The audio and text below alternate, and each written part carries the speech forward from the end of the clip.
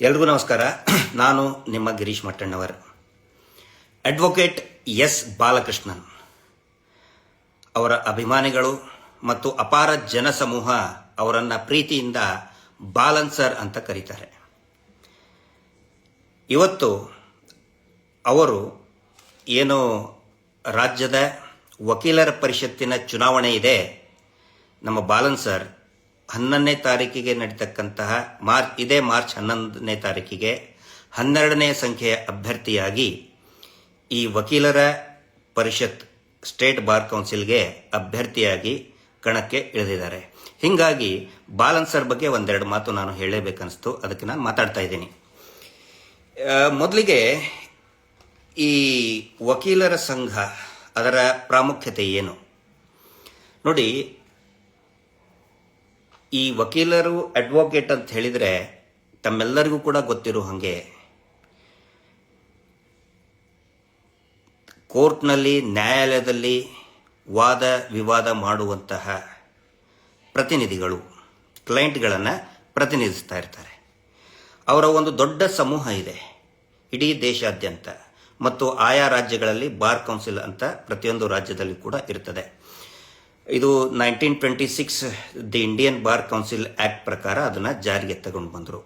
Actually 1672ರಿಂದಲೇ ನಮ್ಮ ದೇಶದಲ್ಲಿ ಈ ಕೋರ್ಟ್ ಪದ್ಧತಿ ಜಾರಿಗೆ ಬಂತು. ಅಲ್ಲಿಂದ 1961ವರೆಗೆ ಅನೇಕ ಸುಧಾರಣೆಗಳು ಈ ವ್ಯವಸ್ಥೆಯಲ್ಲಿ ಆದವು. ಈ ಏನು ಅಡ್ವೊಕೇಟ್ಸ್ ವಕೀಲರ ಸಂಘ ಇದೆ, ಒಂದು ದೊಡ್ಡ ಸಮೂಹ ಇದೆ, ನಮ್ಮ ಸಾಮಾಜಿಕ ಬದಲಾವಣೆ, ಸಾಮಾಜಿಕ ಪರಿವರ್ತನೆಯಲ್ಲಿ ಬಹಳಷ್ಟು ದೊಡ್ಡ ಪಾತ್ರ ವಹಿಸಿದೆ. ನೀವು ನೋಡಿರ್ಬೋದು, ನಾವೇನು ತಿಳ್ಕೊಂಡಿರ್ತೀವಿ ಸಾಮಾನ್ಯವಾಗಿ, ಏನಾದರೂ ಚೇಂಜಸ್ ಆದರೆ, ಇಂಪ್ರೂವ್ಮೆಂಟ್ ಆದರೆ ಅದು ಬರೀ ರಾಜಕಾರಣಿಗಳಿಂದ ಇಷ್ಟೇ ಆಯಿತು ಅಂತ ನಾವು ತಿಳ್ಕೊಂಡಿದ್ದೀವಿ. ಅದು ಹಂಗಲ್ಲ. ಅನೇಕ ಅನಿಷ್ಟ ಪದ್ಧತಿಗಳು ನಮ್ಮ ಸಮಾಜದಿಂದ, ಭಾರತೀಯ ಸಮಾಜದಿಂದ ಹೋಗಬೇಕು ಅಂತ ಹೇಳಿದರೆ ಅದರಲ್ಲಿ ನ್ಯಾಯವಾದಿಗಳ ಪಾತ್ರ ಬಹಳ ಇದೆ. ಹಿಂದೆ ಗುಜರಾತ್ನಲ್ಲಿ ಅಂದರೆ ಈ ದೇಶದ ಅನೇಕ ಭಾಗಗಳಲ್ಲಿ ಅದು ಇತ್ತು, ದೇವಸ್ಥಾನದಲ್ಲಿ ದೇವದಾಸಿಯರ ಪದ್ಧತಿ. ಗುಜರಾತ್ನಲ್ಲಿ ಒಂದು ದೊಡ್ಡ ದೇವಸ್ಥಾನದಲ್ಲಿ ಅಲ್ಲಿಯ ಧರ್ಮಾಧಿಕಾರಿ ಏನು ನಡೆಸ್ತಾ ಇದ್ದ, ಚರಣ ಸೇವಾ ಅಂತ, ಕೃಷ್ಣನ ಚರಣ ಸೇವಾ. ಅವನೇ ಕೃಷ್ಣ, ಆ ಧರ್ಮಾಧಿಕಾರಿನೇ ಕೃಷ್ಣನ ಇನ್ನೊಂದು ಅವತಾರ. ಅವನು ಚರಣ ಸೇವಾ ಅಂತ ನಡೆಸ್ತಾ ಇದ್ದ. ಹೆಣ್ಣುಮಕ್ಕಳು ಭಕ್ತರು ಯಾರಿರ್ತಾರೆ ಅವರು ಲೈಂಗಿಕವಾಗಿ ಆ ಧರ್ಮಾಧಿಕಾರಿಗೆ ಒಪ್ಪಿಸ್ಕೊಂಡು ಬಿಡಬೇಕು, ಅದಕ್ಕೆ ಚರಣ ಸೇವಾ ಅಂತ ಹೆಸರಿಟ್ಟಿದ್ದ ಅವನು. ಅದರ ವಿರುದ್ಧ ಕರ್ಸನ್ ದಾಸ್ ಮುಲ್ಜಿ ಅಂತ ಒಬ್ಬ ಜರ್ನಲಿಸ್ಟ್ ಮತ್ತೆ ಆನಂತರ ಅಡ್ವೊಕೇಟ್ ಲಾ ಪ್ರಾಕ್ಟೀಸ್ ಮಾಡಿ ಆ ಪದ್ಧತಿಯ ವಿರುದ್ಧ ಹೋರಾಟ ಮಾಡಿ 1892ರಲ್ಲಿ ಕೇಸನ್ನು ಗೆದ್ದು ಇಡೀ ಆ ಪದ್ಧತಿ, ಅನಿಷ್ಟ ಪದ್ಧತಿಯನ್ನು ನಿರ್ನಾಮ ಮಾಡಿದ. ಸತಿ ಪದ್ಧತಿ, ಬಾಲ್ಯ ವಿವಾಹ ಪದ್ಧತಿ,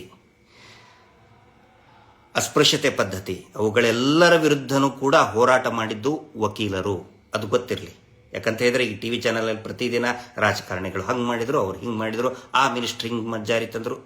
ಇಲ್ಲ, ಅನೇಕ ಪದ್ಧತಿಗಳು. ಇವತ್ತು ಪರಿಸರದ ಬಗ್ಗೆ, ನೀವು ನಮ್ಮ ರಾಜ್ಯದಲ್ಲಿನೇ ನೋಡಿರಬಹುದು, ನೆಲ, ಜಲ, ಭಾಷೆಯ ಬಗ್ಗೆ ಯಾವುದೇ ರೀತಿ ಹೋರಾಟ ನಡೆದರೆ ಮೊದಲು ಮುಂಚೂಣಿಯಲ್ಲಿ ನಿಂತುಕೊಳ್ಳುವುದೇ ಅಡ್ವೊಕೇಟ್ಸ್.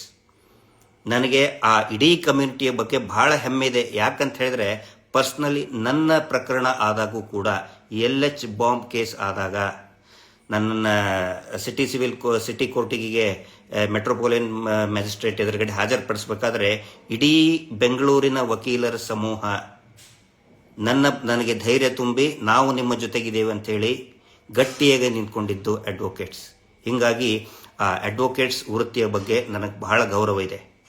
ಮತ್ತು ಅನೇಕ ಈ ದೇಶದಲ್ಲಿ ನಡೀತಕ್ಕಂಥ ಅನೇಕ ಹೋರಾಟದಲ್ಲಿ ಮೊದಲು ಮುಂಚೂಣಿಯಲ್ಲಿ ನಿಂತ್ಕೊಳ್ಳುವುದೇ ಅಡ್ವೊಕೇಟ್ಸ್.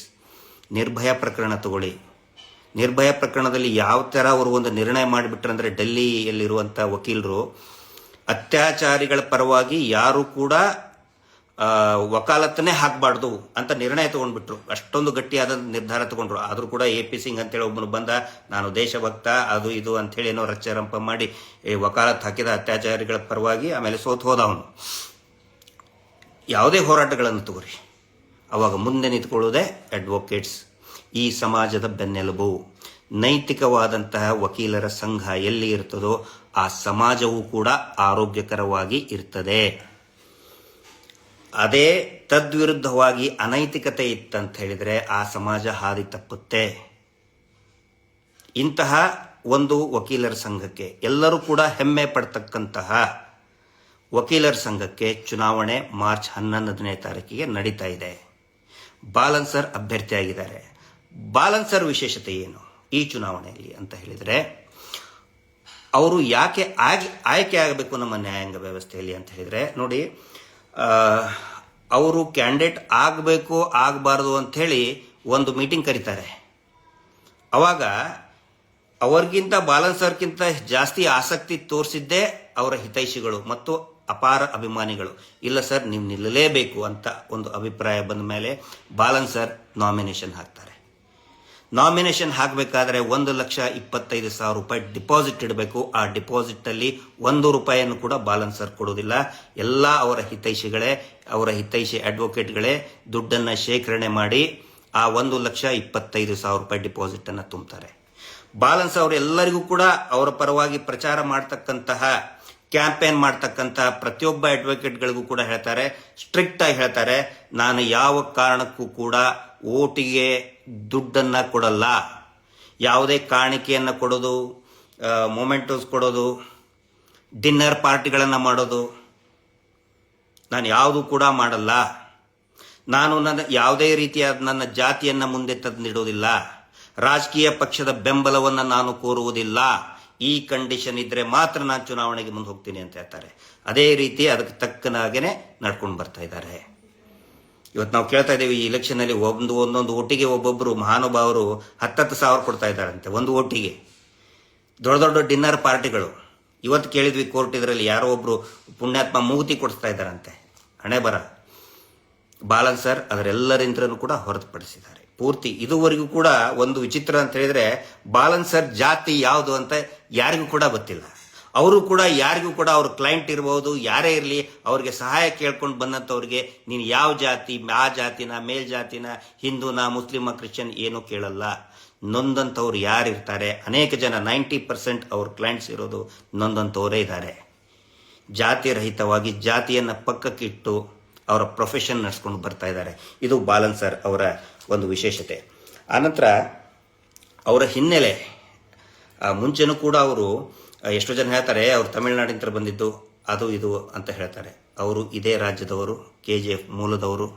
ಬೆಂಗಳೂರಿನಲ್ಲಿ 1980ರ ದಶಕದಲ್ಲಿ, maybe in the year 1983ನಲ್ಲಿ ಇಲ್ಲಿನೇ ಕಾರ್ಪೊರೇಟ್ ಆದಂಥವರು. ಅಡ್ವೊಕೇಟ್ ಆದ ಮೇಲೂ ಕೂಡ ಅವರು ಕಾರ್ಪೊರೇಟ್ ಆದವರು. ಕಾರ್ಪೊರೇಟ್ ಇಲೆಕ್ಷನ್ನಿಗೆ ಅವರು ಹೇಳ್ತಾ ಇದ್ರು, ಎಲ್ಲ ಸೇರಿ ಒಟ್ಟಾಗಿ ಅವಾಗ ₹22 ಖರ್ಚು ಮಾಡಿದ್ರಂತೆ.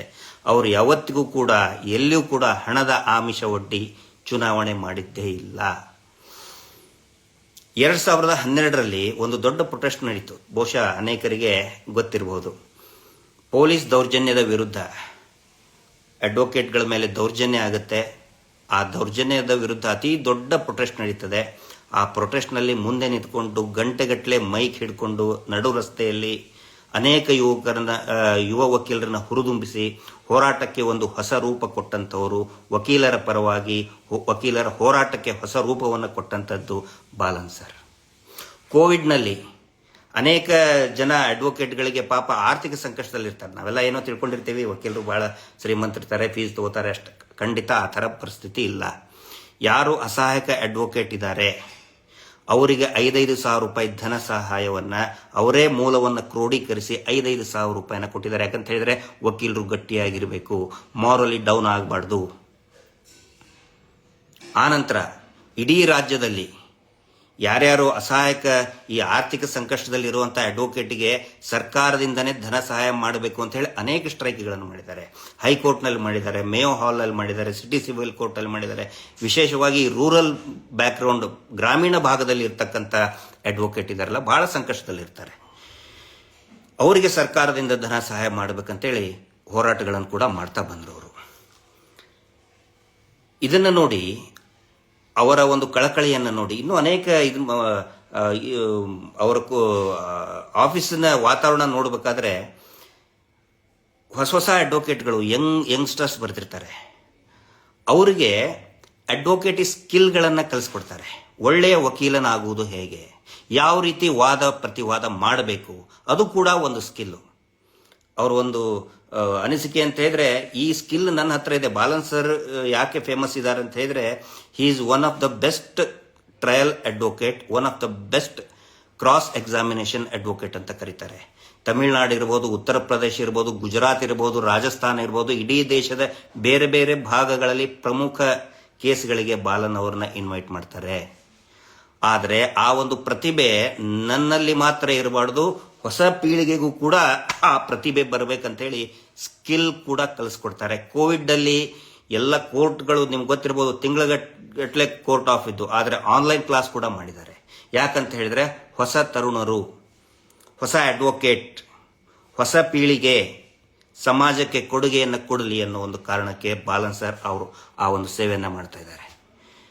ಕೋರ್ಟ್ನಲ್ಲಿ ಏನಾದರೂ ಸಮಸ್ಯೆ ಆದರೆ, ಅವರ ಮರ್ಯಾದೆಗೆ, ಅಡ್ವೊಕೇಟ್ ಒಂದು ಸ್ವಾಭಿಮಾನಕ್ಕೆ ಧಕ್ಕೆ ಬಂದರೆ ಎಲ್ಲರೂ ಕೂಡ ಅಪ್ರೋಚ್ ಆಗೋದು ಬಾಲನ್ ಸರ್ಗೆ.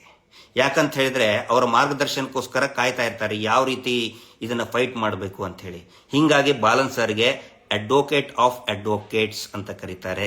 ನ್ಯಾಯವಾದಿಗಳ ನ್ಯಾಯವಾದಿ ಅಂತ ಹೇಳಿ ಅವರ ಆತ್ಮೀಯರು ಅವರಿಗೆ ಕರೀತಾರೆ. ಇನ್ನೂ ಒಂದು ಮುಖ್ಯವಾದಂಥ ನಾನು ಕಂಡಂಥದ್ದು ಏನಂತ ಹೇಳಿದ್ರೆ, ಜುಡಿಷಿಯರಿ ಕರಪ್ಷನ್ ಬಗ್ಗೆ, ನ್ಯಾಯಾಂಗ ವ್ಯವಸ್ಥೆಯಲ್ಲಿರತಕ್ಕಂಥ ಭ್ರಷ್ಟಾಚಾರ. ಇವತ್ತು ನೀವು ನೋಡಿರ್ಬೋದು, ಜೈಲಿಗೆ ಹೋಗಿ ಬರ್ಬೇಕು. ಯಾಕಂದ್ರೆ ನಮ್ಮ ವ್ಯವಸ್ಥೆ ಯಾವ ರೀತಿ ಇದೆ ಅನ್ನೋದನ್ನ ಅರ್ಥ ಮಾಡಬೇಕು ಅಂತ ಹೇಳಿದ್ರೆ ಒಂದ್ಸರಿ ಜೈಲಿಗೆ ಹೋಗಿ ಬರಬೇಕು. ಜೈಲಿನಲ್ಲಿ ಇದು ಬಂದವ್ರಿಗೆ ಗೊತ್ತಿರ್ತದೆ. ನಾನು ಕೂಡ 47 ದಿನ LH ಬಾಂಬ್ ಕೇಸ್ನಲ್ಲಿ 47 ದಿನ ಇದ್ದೆ. ಎಷ್ಟೋ ಜನ ಪಾಪ ಅದರಲ್ಲಿರೋರು ಅಮಾಯಕರು ಇರ್ತಾರೆ, ಅವ್ರಿಗೆ ಯಾಕೆ ಜೈಲಲ್ಲಿ ಇದೀನಿ ಅಂತಾನೆ ಗೊತ್ತಿರುವುದಿಲ್ಲ. ಪೊಲೀಸರು ಎಲ್ಲರೂ ಒಳ್ಳೆಯವರು ಅಂತ ನಾನು ಹೇಳಲ್ಲ, ಅತ್ಯಂತ ಕೆಟ್ಟ ಪೊಲೀಸರು ಕೂಡ ಇರ್ತಾರೆ.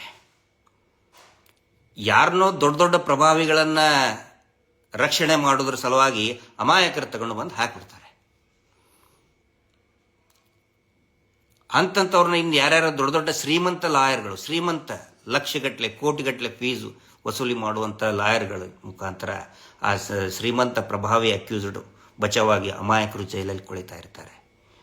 ಜುಡಿಷಿಯರಿನಲ್ಲಿ ಹೈಯೆಸ್ಟ್ ಕರಪ್ಷನ್ ಇದೆ. ಇತ್ತೀಚೆಗೆ ನೀವು ನೋಡಿರ್ಬೋದು, NCERTದಲ್ಲಿ ಬಹಳ ದೊಡ್ಡ ವಿವಾದನೆ ಆಯಿತು. 8th ಸ್ಟ್ಯಾಂಡರ್ಡ್ನಲ್ಲಿ ಜುಡಿಷಿಯರಿ ಕರಪ್ಷನ್ ಅಂತ ಹೇಳಿದ್ರೆ ನ್ಯಾಯಾಂಗ ವ್ಯವಸ್ಥೆಯಲ್ಲಿ ಇರ್ತಕ್ಕಂಥ ಕರಪ್ಷನ್. ಸುಮಾರು ಜನ ಅದ್ರ ಬಗ್ಗೆ ಮಾತಾಡೋದಕ್ಕೆ ಹಿಂದೇಟ್ ಹಾಕ್ತಾರೆ. ಅಯ್ಯೋ, ಜಡ್ಜ್ಗಳು ಕರಪ್ಷನ್ನು, ನ್ಯಾಯಾಂಗ ಕೋರ್ಟ್ನಲ್ಲಿ ಕರಪ್ಷನ್ ಅಂತ ಹೇಳಿದ್ರೆ ನಾಳೆ ನಮ್ಮ ಕೇಸಿಗೆ ಎಲ್ಲಿ ಹೊಡೆತ ಬೀಳ್ತದಪ್ಪ, ನಾವು ಮಾತಾಡಬಾರ್ದು ಅಂತೇಳಿ ಎಲ್ಲರೂ ಸೇಫ್ ಆಗಿರ್ಬೇಕಂತೇಳಿ ಸುಮ್ಮನೆ ಇರ್ತಾರೆ. ಆದರೆ ಬಾಲನ್ ಸರ್ ನೇರವಾಗಿ ದಿಟ್ಟತನದಿಂದ ಜುಡಿಷಿಯರಿ ಕರಪ್ಷನ್ ಬಗ್ಗೆ ಮಾತಾಡ್ತಾರೆ, ಧ್ವನಿ ಎತ್ತುತ್ತಾರೆ. ಯಾಕಂತ ಹೇಳಿದ್ರೆ ಇದರಿಂದ ನೇರ ಪ್ರತಿಕೂಲ ಪರಿಣಾಮ ಬೀರುವುದೇ ಬಡ ಕ್ಲೈಂಟ್ಗಳ ಮೇಲೆ, ಜನಸಾಮಾನ್ಯರ ಮೇಲೆ ಮತ್ತು ಸಾಮಾನ್ಯ ಅಡ್ವೊಕೇಟ್ಗಳ ಮೇಲೆ. ಇಬ್ಬರು ಅಡ್ವೊಕೇಟ್ ಇರ್ತಾರೆ. ಒಬ್ಬರು ಪಾಪ ಏನು ನೊಂದಂಥವ್ರ ಪರವಾಗಿ ಸಣ್ಣ ಮಟ್ಟದ ಫೀಸ್ ತಗೊಂಡಿರ್ತಾರೆ, ಇನ್ನೊಬ್ಬನು ಕೊಂದಂಥವ್ರ ಪರವಾಗಿ ಕೋಟಿಗಟ್ಟಲೆ ಲಕ್ಷಗಟ್ಟಲೆ ಫೀಸ್ ತಗೊಂಡು ಮಾಡ್ತಿರ್ತಾನೆ. ನ್ಯಾಯ ಎಲ್ಲಿದೆ ಅಲ್ಲಿ ಹೋಗ್ಬೇಕಲ್ಲ. ದುಡ್ಡು ಇರೋನ ಹತ್ರನೇ ಅವರು ಜಡ್ಜ್ಗಳ ಜೊತೆಗೆ ಮಾಡಿ ಅಂತ ಸಾಕಷ್ಟು ಕೇಸ್ ಇದೆ ಈ ದೇಶದಲ್ಲಿ. ಜಡ್ಜ್ಗಳೇ ದುಡ್ಡು ತಗೊಂಡು ತೀರ್ಮಾನ ಕೊಟ್ಟಂತ ಅನೇಕ ಉದಾಹರಣೆಗಳು ಇದೆ. ಇತ್ತೀಚೆಗೆ ಅದು ಸಂಖ್ಯೆ ಜಾಸ್ತಿ ಆಗಿದೆ. ಆದರೆ ಇದ್ರ ಬಗ್ಗೆ ಮಾತಾಡೋದಕ್ಕೆ contempt of court, court corruption ಬಗ್ಗೆ ಮಾತಾಡೋದು it is not a contempt of court. ಸುಮಾರು ಜನ ಮಾತಾಡೋದಿಲ್ಲ. ಆದರೆ ಬಾಲನ್ ಸರ್ ನೇರವಾಗಿ ಮಾತಾಡ್ತಾರೆ. ಯಾಕಂತ ಹೇಳಿದ್ರೆ ನಿಜವಾದ ನ್ಯಾಯವಾದಿತನ ಉಳಿಬೇಕು, ಬೆಳಿಬೇಕು ಅಂತೇಳಿ. ಇದು ನನಗೆ ತುಂಬಾ ಇಷ್ಟವಾದಂತಹ ಅವರ ಒಂದು ಕ್ಯಾರೆಕ್ಟರ್. ನೇರವಾಗಿ ಮಾತಾಡ್ತಾರೆ. ಆನಂತರ ಸೋಷಿಯಲ್ ಆಕ್ಟಿವಿಸಮ್. ಬಾಲನ್ ಸರ್ ಬಗ್ಗೆ ಒಂದು ಅಪವಾದ ಇದೆ, ಅವರು ಬರೀ ಏನೋ ಇದ್ರ ಬಗ್ಗೆ ತಗೋತಾರೆ, ಅವರು ದೇವ್ರನ್ನ ನಂಬಲ್ಲ, ಕಮ್ಯುನಿಸ್ಟ್ರು ಪರವಾಗಿರ್ತಾರೆ. ನಾನು ಕಂಡಂತೆ ಆ ಥರ ಯಾವುದು ಕೂಡ ಇಲ್ಲ. ಅವರಿಗೆ ಬರ್ತಕ್ಕಂತಹ ಎಲ್ಲ ಕ್ಲೈಂಟ್ಗಳು ಎಲ್ಲ ವರ್ಗಕ್ಕೆ ಸೇರಿದವರಿದ್ದಾರೆ. ಅವರ ಕಚೇರಿಯಲ್ಲಿ ಕೆಲಸ ಮಾಡ್ತಕ್ಕಂಥ ಜೂನಿಯರ್ ಅಡ್ವೊಕೇಟ್ ಸಮಾಜದ ಎಲ್ಲ ವರ್ಗದಲ್ಲಿಯೂ ಕೂಡ ಸೇರಿದಂಥವರಿದ್ದಾರೆ. ಸೋಷಿಯಲ್ ಆಕ್ಟಿವಿಸಮ್, ಕಾರ್ಮಿಕರ ಸಮಸ್ಯೆ, ಕೂಲಿ ಕಾರ್ಮಿಕರ ಸಮಸ್ಯೆ, ಸಂಘಟಿತ ಕಾರ್ಮಿಕರ ಸಮಸ್ಯೆ, ದಿನಗೂಲಿ ನೌಕರರ ಸಮಸ್ಯೆ. ಇವತ್ತು ಅವರ ಆಫೀಸಿಗೆ ಹೋದ್ರೆ ಅನೇಕ ಜನ ಇರೋರೇ ಅವರು ನೊಂದಂತಹ ಸಂಘಟನೆಯ ಕಾರ್ಮಿಕರು ಅವರಿರ್ತಾರೆ. ಮೊನ್ನೆ ಈ ರಾಜ್ಯದ APP ಏನಿದ್ದಾರೆ ದಿನಗೂಲಿ ಬೇಸಿಸ್ ಮೇಲೆ, ಡೈಲಿ ವೇಜಸ್ ಬೇಸಿಸ್ ಮೇಲೆ, ಕಾಂಟ್ರಾಕ್ಟ್ ಬೇಸಿಸ್ ಮೇಲೆ ಕೆಲಸ ಮಾಡ್ತಾ ಇದ್ದಾರೆ. ಇನ್ನೂ 2 ತಿಂಗಳಿಂದ ಅವರಿಗೆ ಸ್ಯಾಲ್ರಿನೇ ಆಗಿಲ್ಲ. ಬಾಲನ್ ಸರಿಗೆ ಅವ್ರಿಗೆ ಒಂದು ಮಾತು ಹೇಳಿದೆ ಸರ್, ಈ ಥರ ಇಮಿಡಿಯೇಟ್ ಆಗಿ ಕನ್ಸರ್ನ್ಡ್ ಆಫೀಸರಿಗೆ ಮಾತಾಡಿದರು. ಅಂದರೆ ದುಡಿಯುವ ವರ್ಗಕ್ಕೆ ಬೆನ್ನೆಲುಬಾಗಿ ನಿಂತಂಥವರು ಬಾಲನ್ ಸರ್. ಅದಕ್ಕಾಗಿ ಅವರಿಗೆ ರಾಜ್ಯೋತ್ಸವ ಪ್ರಶಸ್ತಿಯನ್ನು ಕೂಡ ಕೊಟ್ಟಿದ್ದಾರೆ. ಬಹಳ ವಿರಳ. ನ್ಯಾಯಾಂಗ ವ್ಯವಸ್ಥೆಯಲ್ಲಿ ದುಡಿಯೋರನ್ನ ಗುರುತಿಸಲ್ಲ, ಈ ಸಮಾಜನ ಗುರುತಿಸಲ್ಲ, ಮಾಧ್ಯಮ ಗುರುತಿಸಲ್ಲ. ಆದರೆ ಬಾಲನ್ ಸರ್ ಅವರ ಒಂದು ಪ್ರತಿಭೆಯನ್ನು ಗುರುತಿಸಿ 2024ರಲ್ಲಿ ಅವರಿಗೆ ರಾಜ್ಯೋತ್ಸವ ಪ್ರಶಸ್ತಿಯನ್ನು ಕೂಡ ಕೊಟ್ಟರು. ಇಂಥವರು ವ್ಯವಸ್ಥೆಯಲ್ಲಿ ಇರಬೇಕು. ನಾನು ಯಾಕೆ ಇಷ್ಟೊಂದು ಅವ್ರ ಬಗ್ಗೆ ಅಭಿಮಾನದಿಂದ ಮಾತಾಡ್ತಾ ಇದ್ದೀನಿ ಅಂತ ಹೇಳಿದ್ರೆ, ಕಳೆದ 13 ವರ್ಷದಿಂದ ಸೌಜನ್ಯ ಹೋರಾಟದಲ್ಲಿ ಎಲ್ಲರೂ ಕೂಡ ನೊಂದ್ಕೊಂಡು ಬಿಟ್ಟಿದ್ದಾರೆ. ಧರ್ಮಸ್ಥಳ ಗ್ರಾಮದಲ್ಲಿ ನಡೆದಂತಹ ಅನೇಕ ಅತ್ಯಾಚಾರಗಳು, ಭೂಕಬಳಿಕೆ, ಬಡ್ಡಿ ದಂಧೆಯಿಂದ ಎಲ್ಲರೂ ಕೂಡ ನೊಂದ್ಕೊಂಡು ಬಿಟ್ಟಿದ್ದಾರೆ. ಯಾಕೆ ನಿರಾತಂಕವಾಗಿ ಆ ಪ್ರಭಾವಿಗಳು ನಡ್ಸ್ಕೊಂಡು ಬರ್ತಾ ಇದ್ದಾರೆ ಅಂತ ಹೇಳಿದರೆ ಯಾರು ಅವ್ರಿಗೆ ಕೇಳೋರು ಇರಲಿಲ್ಲ. ನ್ಯಾಯಾಂಗ ವ್ಯವಸ್ಥೆಯಲ್ಲಿ ಅವರಿಗೆ ಯಾರು ಪ್ರಶ್ನೆ ಮಾಡುವಂಥವ್ರು ಇರಲಿಲ್ಲ. ಆದರೆ ಬಾಲನ್ ಸರ್, ಇನ್ನೂ ಅನೇಕ ಅಡ್ವೊಕೇಟ್ಗಳು ಕೂಡ, ನಮ್ಮ ತಾರಾನಾಥ್ ಪೂಜಾರಿ ಇರ್ಬೋದು, ಬಾಲಕೃಷ್ಣ ಸರ್ ಇರ್ಬೋದು, ಧನಂಜಯ ಸರ್ ಇರ್ಬೋದು, ವಿಜಯ ವಾಸು ಪೂಜಾರಿ ಅವರು, ಇನ್ನೂ ಅನೇಕ ಇವರಿದ್ದಾರೆ. ಬಾಲನ್ ಸರ್ ಗಟ್ಟಿಯಾಗಿ ನಮ್ಮ ಜೊತೆಗೆ ಸೌಜನ್ಯ ಹೋರಾಟದ ಪರವಾಗಿ ನಿಂತ್ಕೊಂಡು, ಸಾಕಷ್ಟು ಟೀಕೆಗಳು ಬಂದವು, ಅವರಿಗೆ ಕೇರೆ ಮಾಡಲಿಲ್ಲ. ಈ ಹಿಂದೆನೂ ಕೂಡ ಯಾವ್ಯಾವ ಹೋರಾಟದ ಪರವಾಗಿ ಇದ್ದಾರೆ, ಅನೇಕರು ದೊಡ್ಡ ದೊಡ್ಡ ಪ್ರಭಾವಿಗಳು ಅವರಿಗೆ ಟೀಕೆ ಮಾಡ್ತಾನೆ ಇರ್ತಾರೆ. Don't care. ನಮ್ಮ ಹೋರಾಟಕ್ಕೆ ಒಂದು ಆಧಾರ ಸ್ತಂಭವಾಗಿ ಒಂದು ಹಿಂದೂ ಹೆಣ್ಮಗಳು, ಸತ್ತಂಥವ್ರು ಎಲ್ಲರೂ ಕೂಡ ಹಿಂದೂ ಭಕ್ತರು, ಅವರ ಪರವಾಗಿ, ಭಕ್ತರ ಪರವಾಗಿ ಅನ್ಯಾಯ ಆಗಿದೆ ಅಂತೇಳಿ ನಿಂತ್ಕೊಂಡಂಥವ್ರು ಬಾಲನ್ ಸರ್.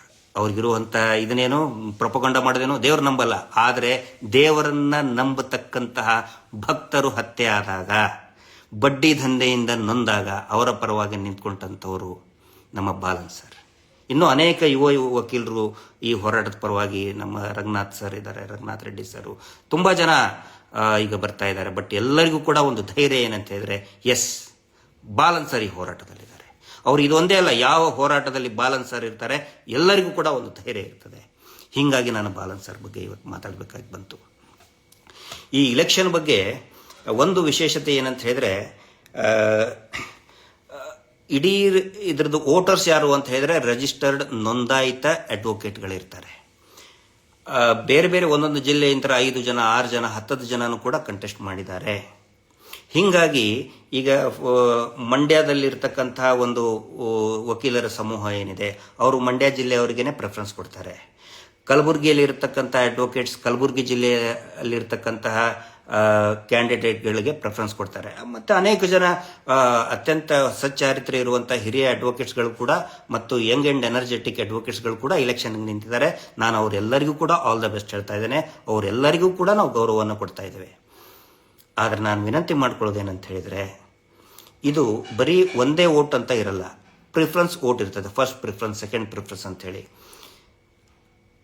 ಎಲ್ಲರೂ ಕೂಡ ದಯವಿಟ್ಟು ಆ ಜಿಲ್ಲೆಯಲ್ಲಿ ನಿಮ್ಮ ಕ್ಯಾಂಡಿಡೇಟ್ ಯಾರಿದ್ದಾರೆ, ಫಸ್ಟ್ ಪ್ರಯಾರಿಟಿ ದಯವಿಟ್ಟು ಬಾಲನ್ ಸರ್ ಕೊಡಿ. ನಾನು ನಮ್ಮ ಎಲ್ಲ ವಕೀಲ ಮಿತ್ರರಿಗೆ, ಸ್ನೇಹಿತರಿಗೆ ವಿನಂತಿ ಮಾಡ್ಕೋತಾ ಇದ್ದೇನೆ. ಯಾಕಂತ ಹೇಳಿದ್ರೆ, ನಾವು ಅನೇಕ ಈಗ ನಮ್ಮ ಮೇಲೆ ಈ ಫೇಕ್ ಡಿಫೆಮೇಷನ್ ಕೇಸ್ ಹಾಕಿಸಿದ್ದಾನೆ ನಕಲಿ ದೇವಮಾನವ. ಎಲ್ಲ ಅವರ ಸಂಘಕ್ಕೆ, ಬಡ್ಡಿ ಸಂಘ ಏನಿದೆಯಲ್ಲ, ಪ್ರತಿ ಜಿಲ್ಲೆಗೆ ಒಬ್ಬೊಬ್ಬರನ್ನ ಅಧ್ಯಕ್ಷನ್ ಮಾಡಿದ್ದಾರೆ. ಆ ಅಧ್ಯಕ್ಷರಿಗೆ ಹೇಳಿ ಮಹೇಶ್ ಶೆಟ್ಟಿ ತಿಮರೋಡಿ ಅವರ ಮೇಲೆ ಡಿಫೆಮೇಷನ್ ಕೇಸ್, ಈಗ ಮೊನ್ನೆ 6 ತಿಂಗಳ ಮೇಲೆ ನಂತರ ನನ್ನ ಮೇಲೆ ಡಿಫೆಮೇಷನ್ ಕೇಸ್. ಎಲ್ಲ ಜಿಲ್ಲಾಧ್ಯಕ್ಷರು ನೋಡಿ ಹೆಂಗಿದೆ, ದೇವರ ಹೆಸರಿನಲ್ಲಿ ಸಂಘಗಳನ್ನು ಮಾಡಿ, ದೇವಸ್ಥಾನದ ಹೆಸರುಗಳಲ್ಲಿ ಸಂಘವನ್ನು ಮಾಡಿ ಬಡ್ಡಿ ಪೂಜ್ಯರ ಕೆಲಸ ಇದು.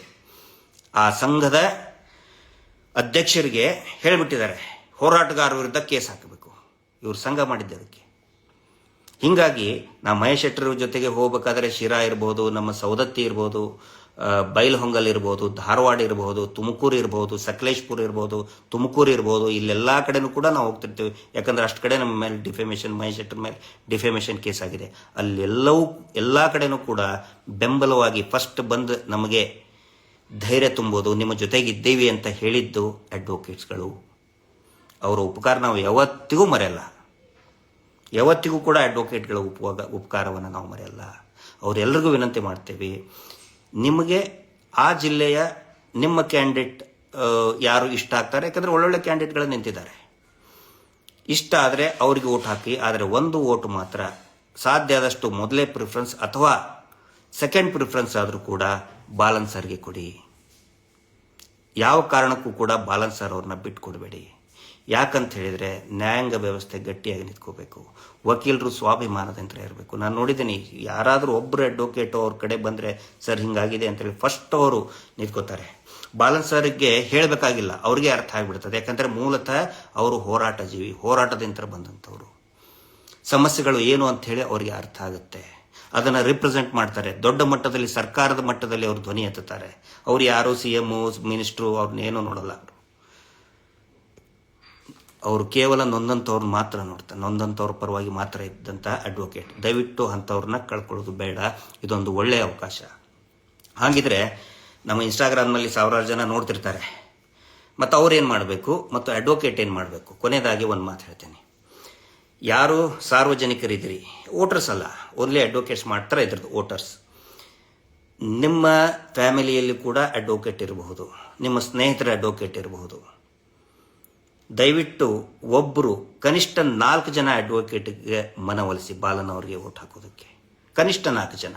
ಅದು ಸಮಾಜ ಸುಧಾರಣೆಯಲ್ಲಿ ನಿಮ್ಮ ಸೇವೆ ಅಂತ ತಿಳ್ಕೋಬಹುದು. ಆನಂತರ ಯಾರು ನಮ್ಮ ಅಡ್ವೊಕೇಟ್ ಸ್ನೇಹಿತರಿದ್ದಾರೆ, ಹಿರಿಯರಿದ್ದಾರೆ, ಅವರು ಕನಿಷ್ಠ 10 ಜನ ತಾವು ಕೂಡ ಬಾಲನ್ ಸರ್ ಅವರಿಗೆ ಫಸ್ಟ್ ಪ್ರಿಫರೆನ್ಸ್ ವೋಟ್ ಹಾಕಿ ಮತ್ತು 10 ಜನ ಅಡ್ವೊಕೇಟ್ಗಳ ಮನವೊಲಿಸಿ.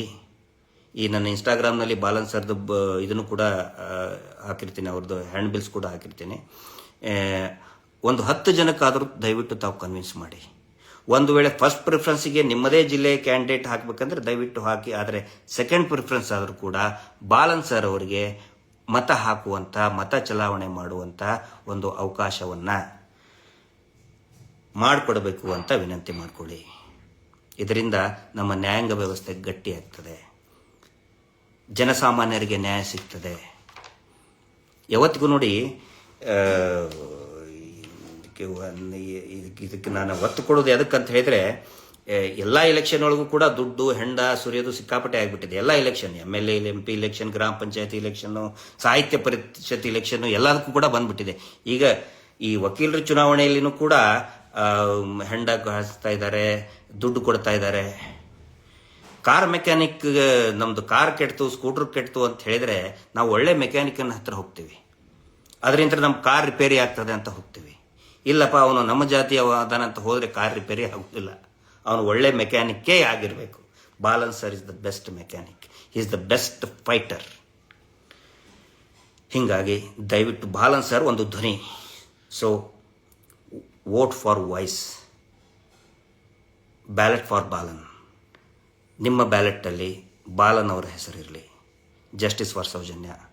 ನೆನಪಿರಲಿ, 11ನೇ ತಾರೀಕು 12ನೇ ಅಭ್ಯರ್ಥಿ ಎಸ್ ಬಾಲಕೃಷ್ಣನ್. ಬ್ಯಾಲೆಟ್ನಲ್ಲಿ ಬಾಲನ್ ಅಂತ ಇರುವುದಿಲ್ಲ, ಎಸ್ ಬಾಲಕೃಷ್ಣನ್ ಅಂತ ಇರ್ತದೆ. 12ನೇ ಸಂಖ್ಯೆ, 11ನೇ ತಾರೀಕು 12ನೇ ಸಂಖ್ಯೆಗೆ ದಯವಿಟ್ಟು ಪ್ರಥಮ ಪ್ರಾಶಸ್ತ್ಯದ ಮತ ಹಾಕಿ ನ್ಯಾಯಾಂಗ ವ್ಯವಸ್ಥೆಯನ್ನು ಉಳಿಸಿ, ಗಟ್ಟಿಗೊಳಿಸಿ ಅಂತ ಹೇಳ್ತಾ ಇದ್ದೇನೆ. Justice for Soujanya. ನಮಸ್ತೆ.